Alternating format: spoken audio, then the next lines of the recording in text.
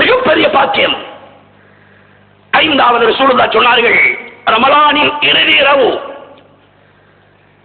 ரமலானின் கடைசி இரவில் அனைவரின் பிழைகளையும் அல்லாஹ் பொறுத்து விடுகிறான் என நாயகம் ஸல்லல்லாஹு அலைஹி வஸல்லம் சொன்னார்கள்.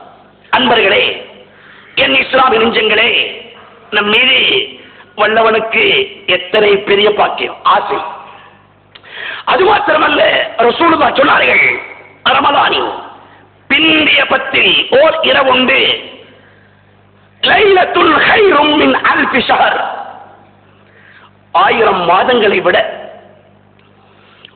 மாதங்களை விட சிறந்ததோர் இரவு இருக்கிறது என்று ரசூலுல்லாஹ் சொன்னார்கள். அதை வல்லவன் அல்லாஹ் ஒரு அத்தியாயத்தின் மூலமாகவே கன்ஃபார்ம் செய்தார். இன்னா அன்ஸல்நாஹு ஃபீ லைலத்தில் கத்ர் எனும் ஒரு அத்தியாயத்தையே இறக்கி கொடுத்த இந்த சமுதாயத்துக்கா இறை தூதர் சொன்னதை உறுதிப்படுத்தினான். லைலத்துல் கத்ர் கைரும் மின் அல்ஃபி ஷஹர். உண்மைதான், நபி சொன்னது உண்மைதான்.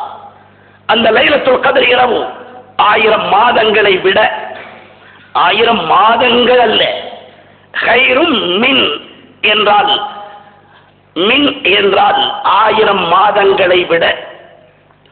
எண்ணி பார்க்கின்ற போது 83 வருடங்களும் 4 மாதங்களும் இறை வழிபாட்டிலே ஈடுபட்ட நன்மையை ஒரே இரவில் பெற்றுக் கொள்கின்ற சமுதாயம். தங்களின் திர்ஹம், தீனார், டாலர் இங்கிருக்கின்ற வழியிலே நம் நாட்டுக்கு எத்தனை என்பதை பட் என்று சொல்லுவார்கள் மனிதர்கள்.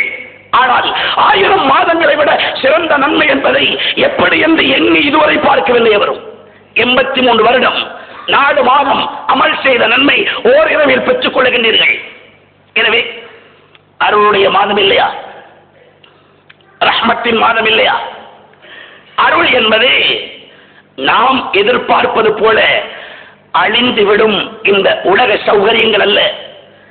அமீர் முஃமினீன் உமர் ரலியல்லாஹு அன்ஹு அவர்கள் தங்களின் தோழர்களோடு தெருவிலே நடந்து செல்லுகின்றார்கள். குஷ்டரோகத்தோடு கண் குருடான ஒரு மனிதர் தெரு ஓரத்தில் அமர்ந்திருப்பதை கண்டதும் தங்களோடு வந்த தோழர்களிடத்திலே, இவரிடம் இறையருள் ஏதும் உண்டா என்று கேட்டார்கள். சில மனிதர்கள் பார்ப்பதற்கு அலங்கோலமாக இருப்பார்கள், பரட்டை தலையோடு இருப்பார்கள். ஆனால் அல்லாஹ்வை நெருங்கியவர்கள், பண்போடு நடப்பவர்கள், சத்தியத்தின் மீது ஒளியாக இருப்பவர்கள். பார்ப்பவர்கள் என்னென்னவோ சொல்லுகிறார்கள், இல்லை, அவர்கள் இறை நேசர்கள், அல்லாஹ்வின் அன்பை பெற்றுக் கொண்டவர்கள், ஹலாலை ஹலாலாக, ஹராமை ஹராமாக பேணி நடப்பவர்கள், ஒட்டிய வயரோடு இருந்தாலும் அல்லாஹ் தடுத்தவைகளுக்கு நெருங்காதவர்கள். உங்கள் பார்வையில் வெளியில் உள்ளவை மாத்திரமே தெரியும்.